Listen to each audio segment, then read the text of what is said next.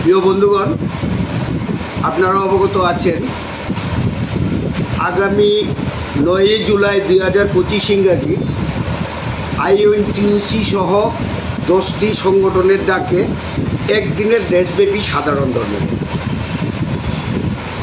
আমি আপনাদের মাধ্যমে ত্রিপুরা সহ সমগ্র ভারতবাসীকে শ্রমজীবী মানুষের স্বার্থে আগামী 9 জুলাই 2025 ইংরাজি একদিনের সেই সাধারণ ধর্মঘটে সামিল হওয়ার জন্য আহ্বান জানাচ্ছি।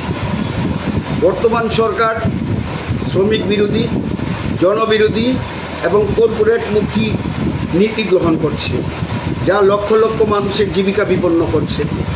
বেকারত্ব, মূল্যবৃদ্ধি, সরকারি প্রতিষ্ঠানের বেসরকারীকরণ, শ্রমিকদের অধিকার হরণ এবং শ্রম আইন দুর্বল করার ফলে সাধারণ মানুষ প্রতিনিয়ত বিপদে পড়ছে।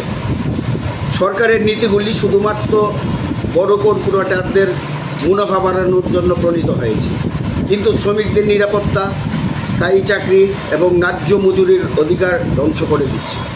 বেতন কমছে, চাকরির নিশ্চয়তা নেই, সামাজিক সুরক্ষা দুর্বল হয়েছে এবং অসংগঠিত ক্ষেত্রের শ্রমিকরা সবচেয়ে বেশি ক্ষতিগ্রস্ত হচ্ছে। অপরদিকে ধনীরা আরও ধনী হচ্ছে, আর কৃষক আর সাধারণ মানুষ প্রতিদিন বেঁচে থাকার জন্য লড়াই করছে। আমরা এই অন্যায়ের বিরুদ্ধে নীরব থাকতে পারি না।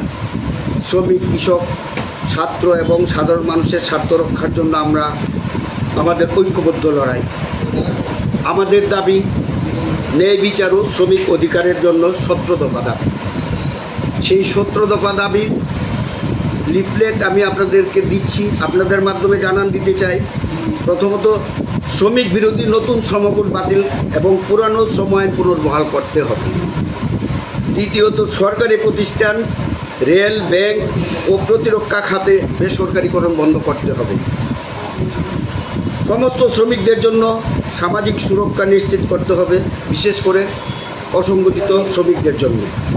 ন্যূনতম মজুরি প্রতি মাসে 26,000 টাকা করতে হবে ইত্যাদি সহ 17 দফা দাবির ভিত্তিতে আমাদের এই লড়াইয়ে শ্রমিক, কৃষক, ছাত্র, যুব, মেহনতি মানুষ, কর্মচারী সহ সবার কাছে আমার আবেদন থাকবে, আগামী 9 জুলাই সবাই সম্মিলিতভাবে সেই একদিনের ভারতব্যাপী সাধারণ ধর্মঘটে সামিল হয়ে শ্রমিকদের লড়াইকে আরও জোরদার এবং মজবুত করে তুলবেন।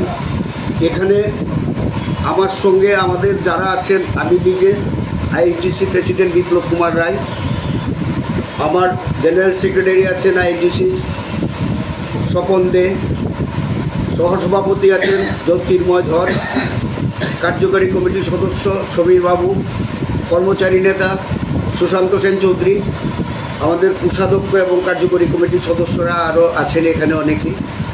তো সবাই আমরা সম্মিলিতভাবে আপনাদের মাধ্যমে সবাইকে আবার জানান দিতে চাই, আগামী 9 জুলাই ধর্মঘট সবাই সামিল হয়ে আমাদের এই শ্রমিক শ্রেণীর হাতকে মজবুত করবেন। এই বলে আমার বক্তব্য সমাপ্ত করছি। জয় হিন্দ, বন্দে মাতরম।